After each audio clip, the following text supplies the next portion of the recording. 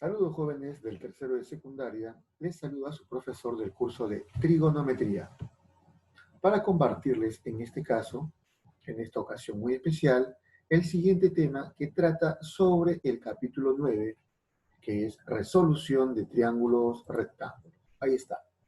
Veamos a continuación el título que es, repito, resolución de triángulos rectángulos. Bueno, rápidamente, ¿en qué consiste resolver un triángulo rectángulo? La respuesta es sencilla. Resolver un triángulo rectángulo significa encontrar, determinar, calcular, ¿qué cosa? Los lados desconocidos de un triángulo rectángulo, pero en función de quién? De un lado y de un ángulo conocido. ¿De acuerdo? Entonces, para poder resolver un triángulo rectángulo, vuelvo a repetirlo, que es necesario encontrar, vean aquí, un lado conocido y un ángulo conocido. El procedimiento para resolver un triángulo rectángulo es facilísimo. ¿Qué se hace? Facilísimo, vean aquí, se forma una fracción. Y en el numerador se coloca el lado que se desea conocer.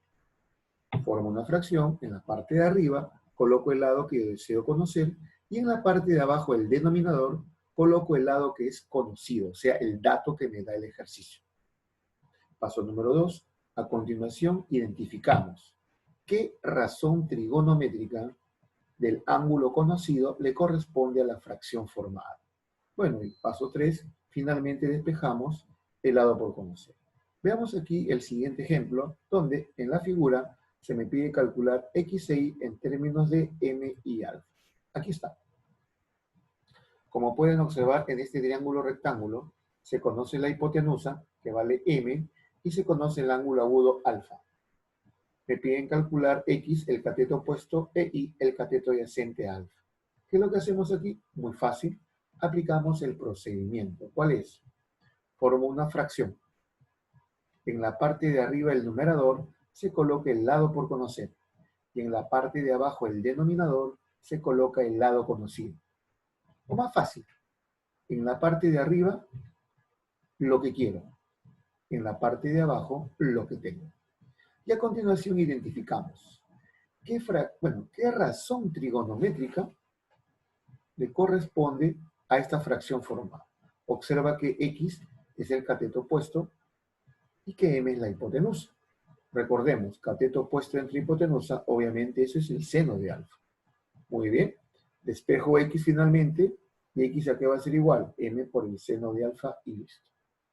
De manera similar vamos a calcular el otro lado, que vendría a ser y, el cateto adyacente. Hago lo mismo, formo mi fracción, arriba lo que quiero y abajo lo que tengo, m. A continuación identifico y sobre m, ¿qué razón trigonométrica es de alfa? Sencillo, observa que y es el cateto adyacente y m la hipotenusa. Cateto adyacente entre hipotenusa, recuerden, eso es el coseno de alfa. Por lo tanto, y, ¿a qué va a ser igual? A m por el coseno de alfa y se acabó. De esta forma, de esta manera, hemos resuelto nuestro triángulo rectángulo.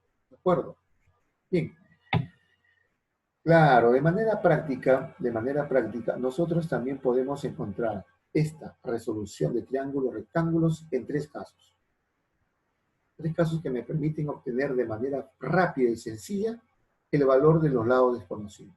Primer caso es cuando se conoce la hipotenusa y se conoce la medida de un ángulo agudo.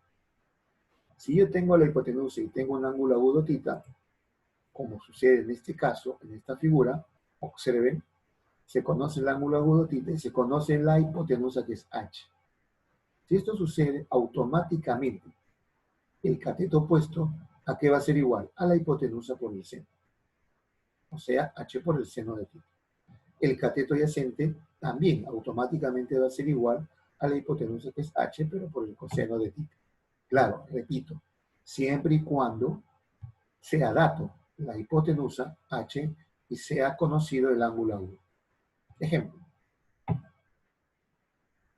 En el siguiente triángulo rectángulo, observen, tenemos este ángulo agudo 62 grados y se conoce la hipotenusa que es 5. Por lo tanto, si yo quiero calcular los lados que faltan, cateto opuesto, que va a ser igual a la hipotenusa 5 por el seno de 62 grados. El cateto adyacente, la hipotenusa 5 por el coseno de 62 grados y listo. Segundo caso. Para este segundo caso son datos, ¿qué cosa? El cateto adyacente al ángulo agudo θ. O sea, se conoce el cateto adyacente y se conoce la medida del ángulo agudo θ. Como en la figura. Observen aquí. En este triángulo rectángulo tenemos el ángulo agudo θ, dato, y se conoce L. ¿L qué tipo de cateto es? El adyacente. Si eso sucede, automáticamente el cateto opuesto va a ser igual ahora al cateto adyacente L, pero por la tangente del ángulo θ. Y la hipotenusa va a ser igual también al cateto adyacente L, pero ahora por la secante de θ. Ejemplito, vean acá, en este triángulo rectángulo, observen, tengo el ángulo agudo beta, aquí está, y tenemos el cateto adyacente que vale 8. Automáticamente, por la propiedad, cateto opuesto que va a ser igual al cateto adyacente 8 por la tangente de beta. Y la hipotenusa también va a ser igual al cateto adyacente 8, pero por la secante de beta. Y listo, nuestro triángulo ya está resuelto.